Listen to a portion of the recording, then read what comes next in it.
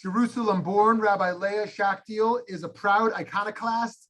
More than 30 years ago, the Orthodox feminist appealed successfully to the Supreme Court of Israel for the right to sit on the Yerucham Religious Council, where she served from 1988 to 1993. She is active in religious peace organizations, was ordained last year, and now serves as the rabbi at the Center for Women's Justice. At 69 years old, she is also the matriarch of a large family, which includes 7 children, some from her husband's first marriage, 27 grandchildren, and 6 great-grandchildren. Baruch Hashem. Nine. Okay, they should all. Since she sent us the bio yesterday, we went from 6 great-grandchildren to 9. Mazel tov. You blink, another one is born. Yes. And so, friends, we are very excited to have Rabbi Leah Shakdiel here with us to discuss Shemitah and much more. So buckle your seatbelts and here we go. Thank you so much for being here. Okay, so thank you for honoring me with this. We will insist today on the correct meanings of certain words in the Torah, which are in Hebrew, of course. And I will start by saying that my name is Leah Shakdiel. Difficult for Americans to put the stress on the last syllable, okay? So pretend you're French. I will begin by saying that it occurred to me, we usually talk about teshuva. Teshuva means that there are lots of things that we did wrong, and we are now repenting from things that are bad, okay? And all the mitzvot lo ta'aseh, the don'ts, okay, refer to don't do this thing because it's evil, don't do that one because it's forbidden, etc. Okay, that's the pattern of what teshuva is about. And it occurred to me some 20 years ago, I think, that there is another countercurrent, I would say, in our Torah, and that current includes 3 mitzvot that I noticed so far, okay, Shabbat, Shmita, and Pesach. In the course of those 3 mitzvot, what we do is actually we are commanded to stop doing something which is essentially very good, okay? That is totally different from the idea of stopping to do something which is bad, right? So I want to look at those 3 mitzvot this evening. For me, it's evening, okay? With you right now, and I will start by sharing a screen. I'm so proud that I hope it works. We'll look at the verses of the Torah, which are, you look at the verses of the Torah, which are first the verses about Shabbat, then the verses about Shemitah, and then the verses about Pesach. Okay, so when we start with looking at Shabbat, what you have here is marked in yellow are the places where I wanted to emphasize the Hebrew root, okay? Lishbot, Shabbat, Lishbot. In Hebrew, it means to stop work, okay? I know that in English, when you stop work, you call it strike because they used to beat up, you know, those who tried to go against those who were on strike, against the unions. But in Hebrew, the word strike, to go on strike, means lishbot. It means to not work. That's what it is. So when on the 7th day of creation, in italics, you see the places where I wasn't happy with the English translation because they missed totally the essence of the idea.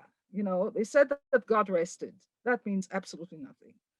On the 7th day, Vayishbot. That's what it is from all his work. Then it says again, what did he do? He didn't rest. He shavat mikol melachto asher asa, right? So lishbot means to stop doing something.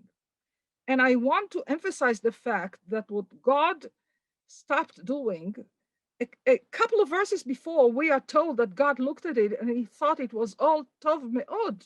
It was very good. So why stop doing something which is very good?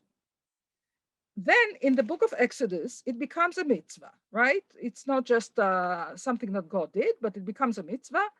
And again, in the 10 Commandments, which is a terrible word, it means the 10 things that were the 10 words that, Aseret HaDibrot, Aseret HaDvarim, it says Shabbat, right? And again in Deuteronomy, it talks about observe the Shabbat. Shabbat. What I wanted to show you is that in the Shmot, Perek Lamed Aleph, right, in Exodus, when we told about that God, Moshe takes God's command to the people that they have to start now building the Mishkan, Mishkan meaning where God is going to dwell among the people of Israel. And so it talks about, you see the first verses, there are a lot of, Betzalel, there's the Spirit of God is filling him, everything is holy. You're talking about the skilled workers, you're talking about the priests and the covenant. So it's all filled with holiness. And then right next to it, for the holy place, right next to it, you must observe the Sabbath, the Sabbath, the Sabbath, the Sabbath. And again, in the last verse, who shavat, not rested, okay? Who shavat. So the idea that we, the Jews, are supposed to stop working every seventh day is clearly analogous to the way God stopped his work of creation on the seventh day. We know that the work that we stop doing every seventh day is good work. There are many places where we are told God was created in the image of God. As God speaks, man also speaks. Man is told to fill the earth and rule it. Man is told to protect creation. Le'ovda u'leshomra, he's put in the Garden of Eden in order to toy the land and protect it. And we know also, Lola tohu b'ra'a lashevet yetzara, this verse that God did not create world for to leave it as chaos. He created the world so that we turn it into cosmos, to quote the Greek philosophy words, chaos versus chaos is the tohu, and lashevet mean to actually to people the world in order to take care of it and develop it. That's what it means. Pru'uvu is lashevet, to procreate, but also think of the word procreate. We are doing something of, in English this time, we are doing something which is likened to creation, which is very, very good. However, we are told that every seventh day we have to stop doing it, because it seems that if we continue doing something which is very good without ever stopping, apparently something not good is going to happen. And Dafka, the idea of stopping it periodically, and these are fixed periods when we have to stop doing the good thing every 7 days, Dafka, this periodical stopping doing the good apparently protects the good. It makes it possible for us to renew the good thing. And if we don't ever stop, the good will deteriorate into bad. I think that this is the message which is embedded in this idea. And the same message, if I move on to Shmita, okay, Shmita in Hebrew, again, you see the italics. I really was very upset that the English translation that I found really did not preserve the meaning of the root lishmot, Shmita. Lishmot means to let go.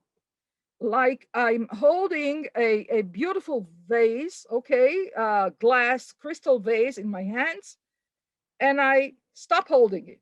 I let go. So lishmot, usually, it could connote something very irresponsible. You let go of something which you need to actually hold and reserve. So the meaning of the word Shemitah should be in our heads as we go into it. And therefore, I corrected the first source here. What do you do on the 7th year? Hashvi'it tishmetena. Okay, you will let go. You will drop it. It's like first you had the fields, right? And the harvest and the crops, all of that for 6 years. And then what do you do with the earth and the harvest and the crops? You let go, okay? Just like that. So tishmetena, and the second word is even unetashta. You really leave it. Lintosh is to leave something in a very it could mean something very negative. You desert it. Okay? So tishmetena unetashta are very powerful words that refer to the Shemitah year. On the Shemitah year, we let go, we drop, we desert. What is it that we let go, drop, desert? Very good things, because all 6 years we are supposed to, of course, toil the land. Toiling the land is an extremely positive, important activity, human activity, and we are told here not to actually do anything on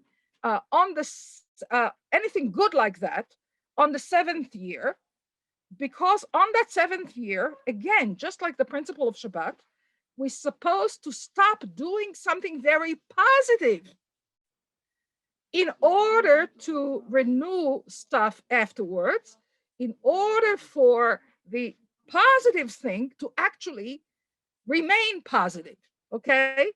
So I find that a very powerful current that goes in a very different path than the idea of tshuva. And in this coming Shemitah year, up and coming, it's very interesting. We are going into the days of tshuva, at the same time dropping the evil stuff, at the same time that we go into the Shemitah year, which means we stop doing the good stuff. Very interesting. You'll see in other passages, Torah passages, that also talk about the Shemitah, yes, in Leviticus, in Vayikra Kafeh, right, where he talks about Shemitah and afterwards about the Yovel.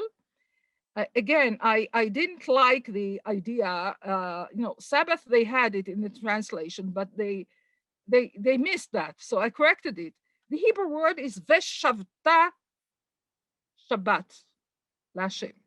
So Veshavta, again, it's the, that in Hebrew, bet and vet, it can change according to the rules of grammar. Okay, so, but it's the same root. And again, when it says Shabbat, Shabbaton, they missed it. Shabbat, Shabbaton, twice in the same short passage.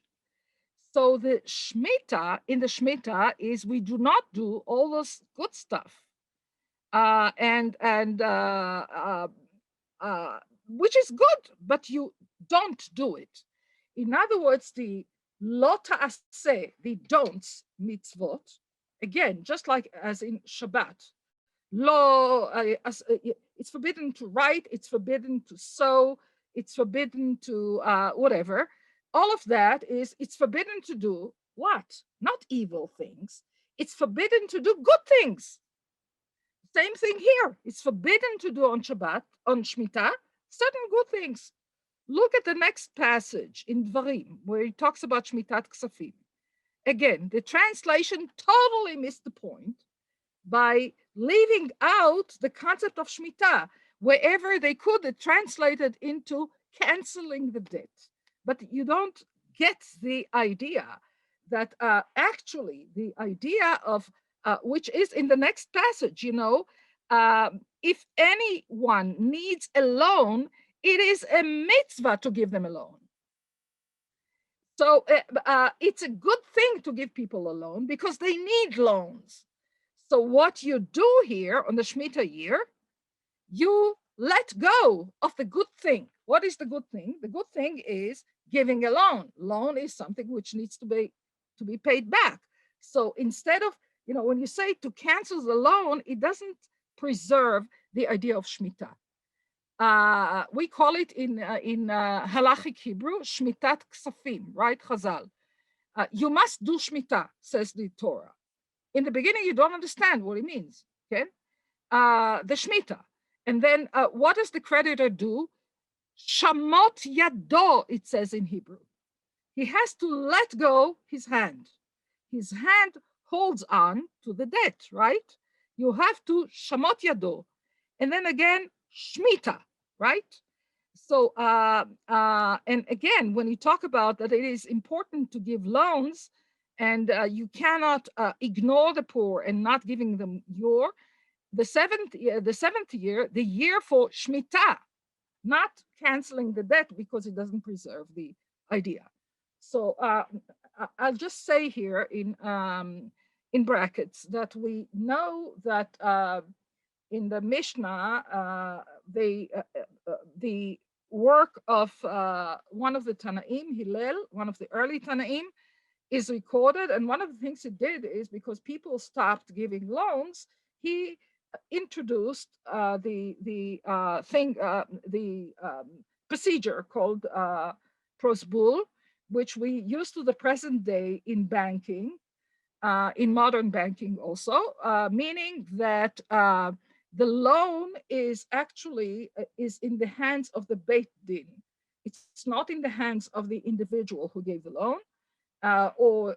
So the bank gets heter iska. The bank also gets a permission to actually collect the debts during the 7th year. And according to the principle of Hillel, which, by the way, could be, if we look at it deeply, it may be controversial, but it's not our topic today.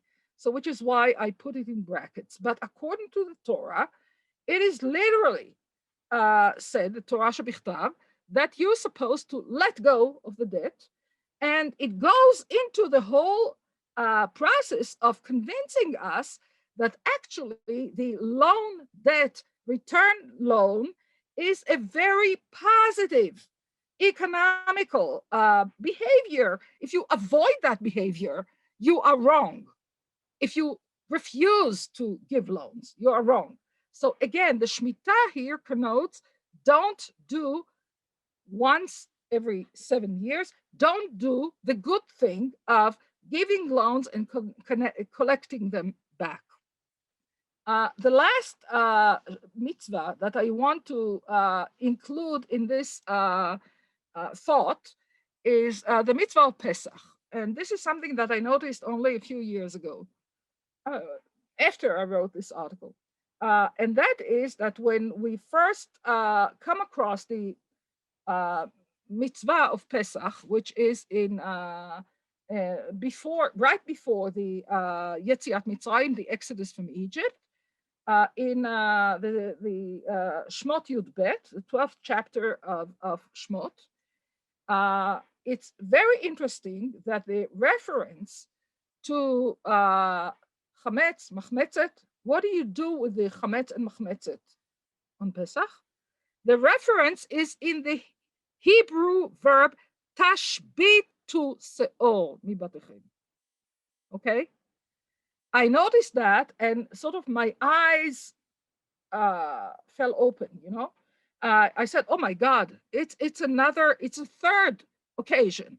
And then I reread the whole chapter and I saw that the whole chapter talks about leaving Egypt behind, not just physically, you know, everybody, you know, they wanted to leave Egypt physically and to be freed from slavery, fine.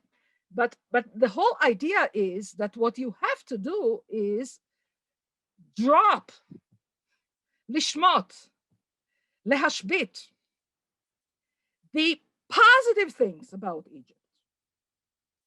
It suddenly occurred to me that throughout the whole chapter, we begin by being told to stop counting time according to the solar calendar, which was the Egyptian calendar, later on the Roman calendar, okay? Stick to the lunar calendar. That was point number one. Is the solar calendar a bad thing? Chas v'chalila, of course it's a good thing. We know that throughout the Torah, there are references to seasons of the year. Sometimes even the holidays are referred to in agricultural terms, which refer to the seasons, meaning to the solar calendar. So the solar calendar does not disappear, and it's a good thing. It's a wonderful achievement of the human mind and human cultures, except we are told to leave that behind, to drop it, and adopt something else instead, which is the lunar calendar. Point number two is take a lamb, slaughter it, and put the blood on your doorposts. Is the Egyptian culture, which was mainly around the Nile River, which was agricultural and was totally loathed the idea of slaughtering sheep and eating them. Is that culture negative? I know that there are in Chazal, there are many places where the Egyptians are described as totally sinful, whatever. Also in the Torah, it says you shouldn't do the To'avot of Mitzrayim, because if you do that, then I will also throw you out of the land of Israel, okay? So, but in this particular chapter, Egypt is described as having a very effective solar calendar, a very effective agricultural way of life, meaning not livestock, but they use livestock, but not eating livestock, okay? But actually vegetarian way of life. And the third point is the chametz. Tashbitu or mibatechem. What is the chametz? I read that actually it was one of the achievements of Egyptian culture. I don't know, but the idea that you actually it has become very popular recently in new age ecology, organic type of culture. What you do is you save a bit from your dough, which had leavened already. You save a bit and you start new dough. And because the previous dough already had in it the yeast, then you can create new dough, which also rises. And dough that rises makes for much healthier and much tastier bread. So it becomes a very important achievement of that culture. Leaving it, lashbit, to let go of the seor, in this chapter, it's not because we have to eat the lechem oni, the bread that reminds us of poverty and slavery. It's not because we didn't have time to let the dough rise because we rushed out of Egypt in the middle of the night. In this particular chapter, it is for a very specific reason. We leave behind the endlessly renewing dough that rises, and we start from scratch. When you start from scratch without any leavened dough, it means that your bread will not rise. It will remain what we know as matzah. Very interesting. So again, I find that even in the idea of Pesach and Chametz, I know that there are many drashot and many, we talk about Yetzer Hara, there are a lot of things that have been written already about the Chametz. But I think that in this particular chapter, the context is very specific. Egyptian things, which are very positive in and by themselves, need to be let go of them, lashbit, because this is the only way to start again. When that occurred to me, I just remembered one more thing, that that Ethiopian Jews are very good at making ceramic utensils. Now, every year for Pesach, they break those utensils and they make new utensils. So they really renew the utensils. I mean, that was at least their tradition. I think that since the exodus from Ethiopia, many things have changed for a lot of Ethiopian Jews. But so again, I find here the idea of letting go of lehashbit, lishmot, in this mitzvah also. So the lo ta'aseh of lo tochal chametz becomes, again, it's not lo ta'aseh, something which is forbidden because it is bad. It is forbidden dafka because it is good. That's why periodically you have to stop doing it. You know that there are, when you eat matzah out of Pesach, the Sephardic halachic tradition was that matzah, not on Pesach, is not lechem. It's mezonot. The blessing that you say on it is not a motzi lechem in aretz, because it's not bread. It is a kind, if you want, it's a snack. It's a I don't know. It's a cookie, but it's not bread according to that halachic tradition.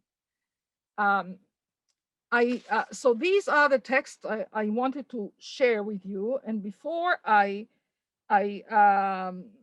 say a few more words, I want to take a short stop and see if anybody here would like to say something about any of those texts. Okay, so Rabbi Eddie, is that okay? You are. Yeah, that's fine. Shmuley, I'm sorry, Rabbi Shmuley, you are the moderator of this session. So is that okay to take in some questions, if anybody has any, or I don't know, disagree with me, whatever. Thank you, Rabbi Leah. I think we're good. We can take questions at the end if that's okay with you. That's fine with me. Just before I wanted to stop sharing the screen and go back to the screen where I can see all of you. Okay. All right. So I stop share, and here we are. Okay. Hello, everybody. So I would like to add a few more ideas about that theme. so I used to think of those things as a temporary break in the ongoing cycle of life. And with this new thought of mine, I don't think of it anymore as a temporary break. I think of it as an opportunity for a real break. In other words, an opportunity for thinking about change, okay? I think that a lot of evil in the world is not there because people are evil or intentionally they want to do evil. Some of the evil is like that. It is true. There are people who are truly racists. There are people who are truly anti-Semites, whatever, right? There are people who are truly violent and egotistical and hurt other people. So some of the evil is done intentionally as evil. But a lot of the evil which is in the world is because we don't take enough responsibility for the way things are done. Something like that. We really trust the routine. We trust the mechanisms that have been very useful and have been very fruitful. We trust those mechanisms, and we don't pay attention to the fact that the production of all those good things that we trust and are used to may have and maybe overshadowed or may have some sort of an undercurrent of growing amount of discomfort, growing amount of hurting people, growing amount of damage. We don't pay attention to that. I think that the current global climate crisis is a good example. We have become addicted to doing things which were very, very good. Okay? Now it's, and I'm sure, okay, everybody points the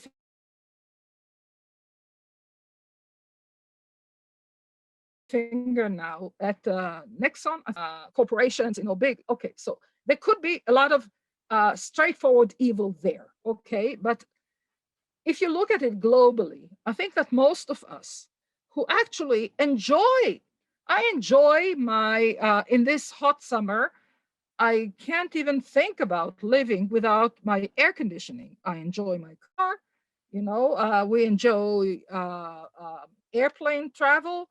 I don't know, we find it difficult, whatever.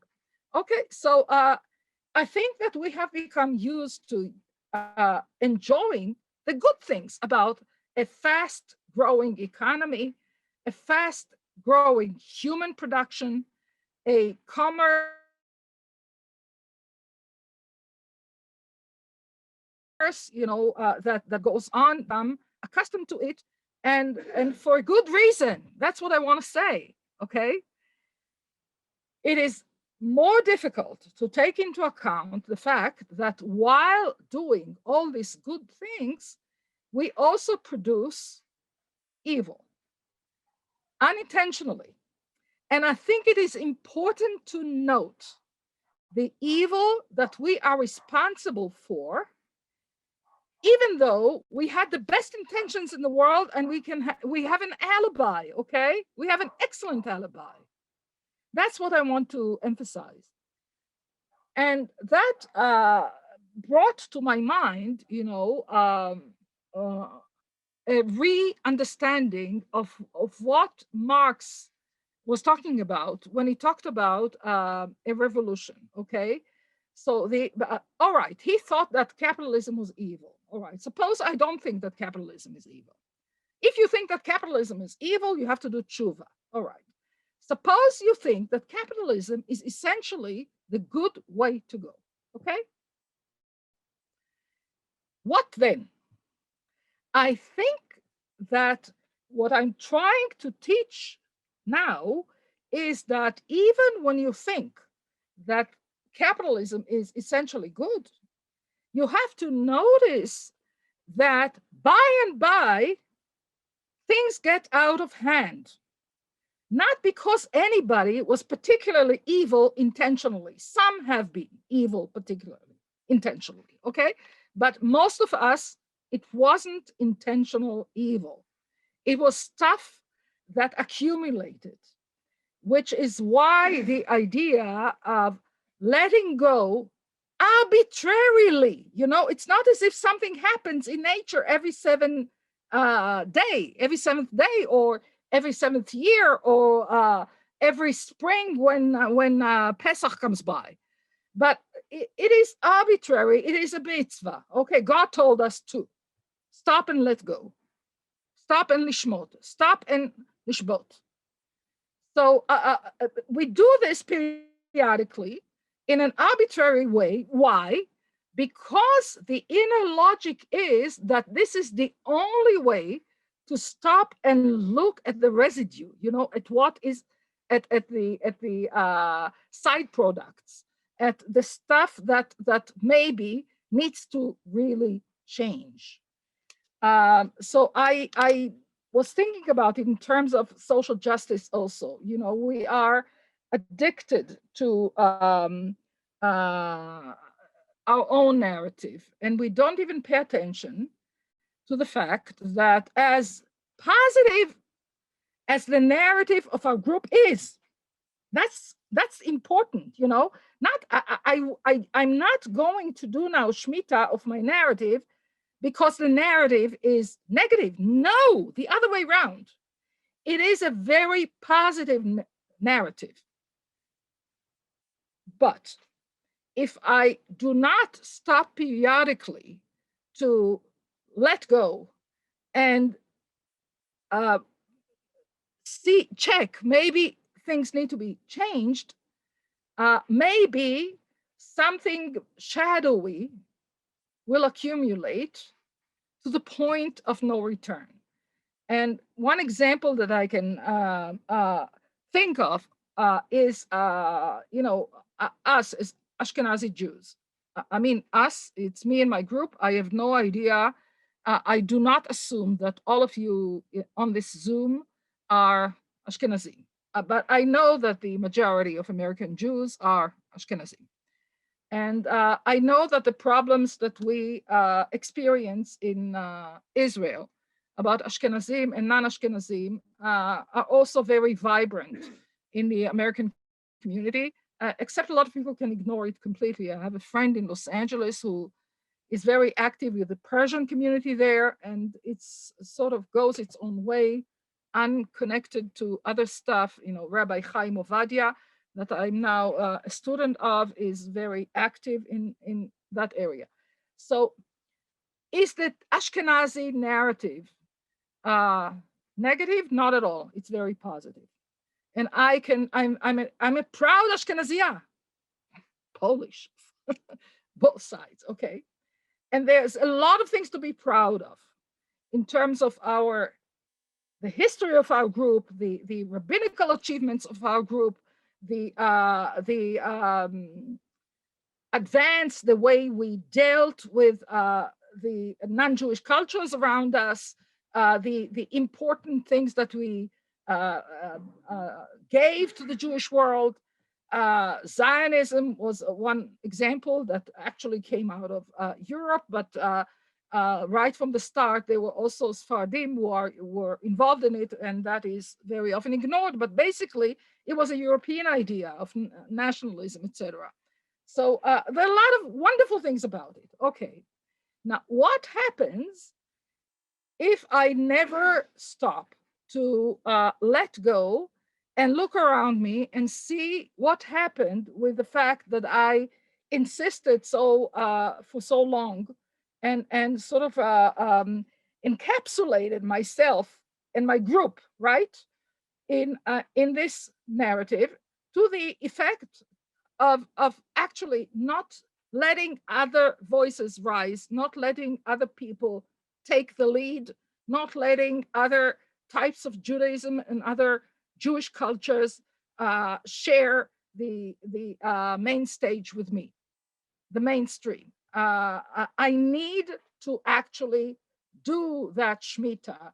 I need to actually do that Shabbat or do that Hashbatat Seor of Pesach in order to do that. Another example that comes to my mind is okay, I'll put my politics up front, okay? I'm a member of the peace movement, Oz V'Shalom, which is the Jewish religious peace movement in Israel. I'm also on the board of the Forum of Israeli Peace Organizations in Israel. Okay, so this is just for due, what's it called? Due something. I need to, revelation, something like that, no? Yeah. Okay, so I'm on what? Disclosure. Yeah, something, disclosure, it's called? Yeah. Fair disclosure. Okay, all right. Having said that, okay, I want to say something about the peaceniks, okay? And it doesn't just refer to the Israeli peace movement or to J Street or to, I don't know, to, but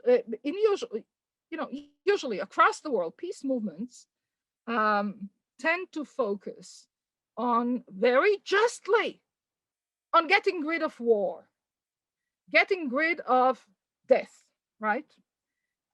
Which is very important. Okay, they call upon society to do teshuva. Fine. Now here is my idea.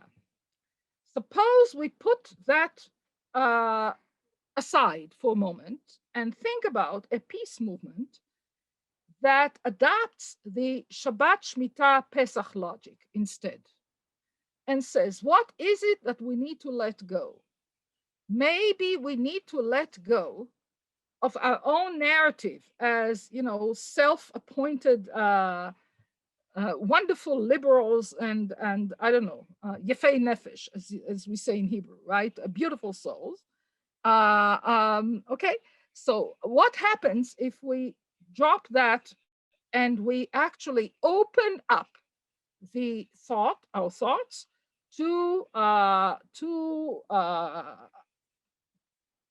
different way of looking at things? So I can talk about it a lot more, but I think I'll just drop that idea and I'll stop here. I'm told that we have very few minutes left. That's terrible because I wanted to leave. I forgot that it's only 50 minutes. I wanted to leave more time for comments or protests or questions. Thank you so much, Rabbi Leah. I have maybe a question, almost a thought here. How do we overcome the evil that comes out of the community? What kind of evil do you have in mind right now? So, because I know that we sometimes hyper focus, right, on I love the example that you gave about going for corporations and instead of looking inwards on our own evil that we kind of contribute to the climate crisis, where we're consistently driving cars, we're consistently taking planes, we're consistently doing that. And instead of really hyper focusing on like that evil of like overcoming that and saying, how can I make those changes? We tend to just point fingers at the bigger corporations. What steps do you suggest that we give to people to look internally at our own evil that we produce?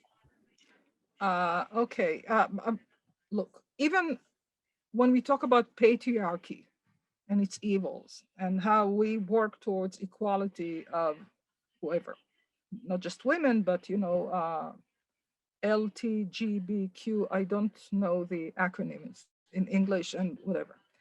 Patriarchy was a very positive thing. It was a system that held families together, that held communities together, that held leadership together, that whatever.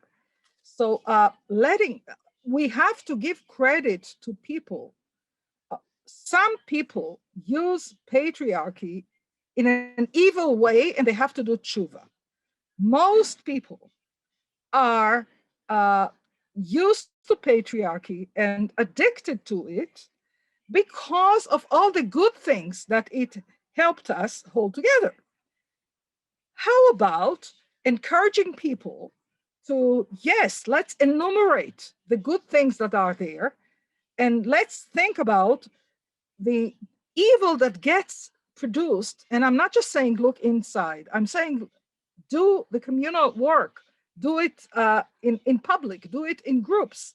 How about if we look at it and we say, all right, we need to put down the patriarchy with all its good things in order to look at the bad things that were accumulated in it by and by. And for example, get refusal. It's not as if the rabbis ever meant for men to become evil and behave like that. They didn't, but rabbis need to look at the evil that was produced while we were doing the good things. And the only way to actually take care of it is to let go of a certain way of thinking. Because if we don't, we will never be able to take care, and that accumulated unintentional evil will become institutional evil that will actually destroy us. Thank you so much. I got goosebumps with your response. Thank you so much, Rabbi Leah. We appreciate you for this amazing class, and everybody who's joining us today, either if you're watching on our live stream or if you're going to be watching on our recording. Huge shout out to Rabbi Leah for this just phenomenal class. There's so much learning to happen. Everybody have an amazing day. Take care. Bye-bye. For you too, Shana Tova. Take care. Shana Tova.